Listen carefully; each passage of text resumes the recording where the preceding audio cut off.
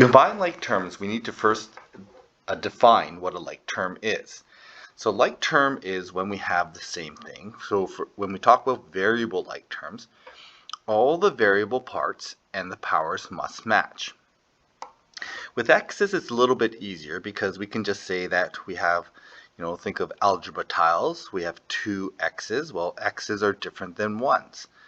So we have x's can be counted together and the ones can be counted together. Now, secondly, we also have to be careful of the signs.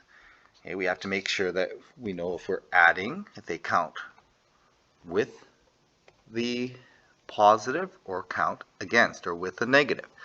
And that involves keeping track of the sign in front. So this is a positive 2 minus 1 plus 6. That's going to end up with 7 positive x's. When I have the ones, I count, there's a positive or plus 3. There's a minus 1.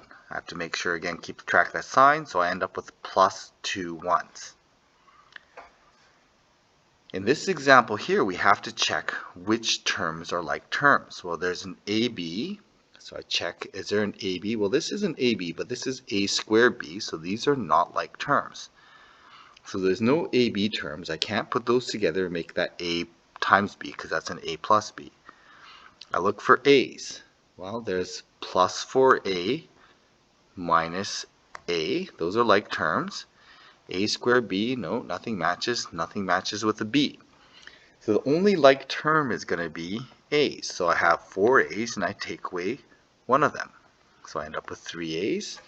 And everything left over then just has to stay the same. So I count minus 3 ABs. I have 6 of these and 1 of these. When we talk about the distributive property, we can think of the distributive property as length times width. So there's my multiplication. So I have a length of 2, a width of A plus B. This grouping, two groups, is same as saying that this length is shared between those two parts. So I need to distribute that length onto these two parts. Or I can use our analogy for grouping. I have two groups of A plus B's. That means I have two groups of A plus two groups of B. When I distribute something that looks like this, we have to be extra careful because this A and this minus 2 don't combine. I have to do the multiplication in here. There's a times in there that's implied. And I have to do the multiplication. Now when I do groups, I have to make sure I keep track of the sign. I'm subtracting two groups.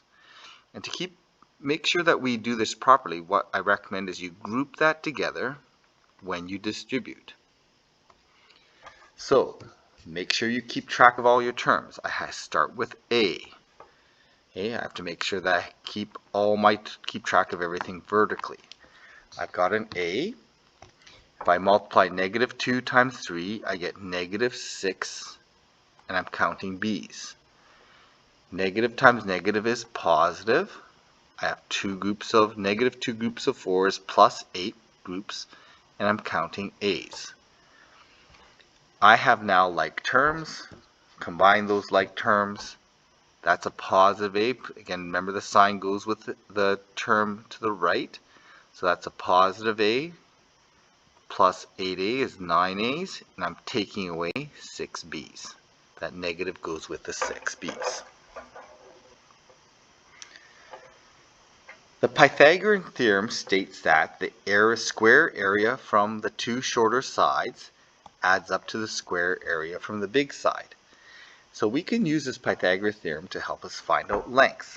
For example, if I have a length of 12, my area is 12 squared or 144. If I have a length of 5, my area is 5 squared or 25. And I know that these two areas must add up to the area here. What that means then is I end up with x squared must be equivalent to 169. I have area, I want to find side length, I square root. So I end up with the square root of 169 is equal to 13. Okay, so that x length must be 13. So depending on whether I'm finding length, I square root, area, I square. Here again, I need to find length, but I need to do that using areas. So I know that 6 squared is the biggest square, and that must be the two smaller squares added up. So what I'm going to do is algebraically solve. I'm going to take away the 9 square from the shorter side from the 36 squares on the longest side. I end up with 27 squares. That's my x squared. I want length, so I need to take my area and square root it. If I square root 27, I get just a little bit over 5. Square root 27 equals approximately 5.196. I'm going to round that to 20. Okay, so it's approximately that length.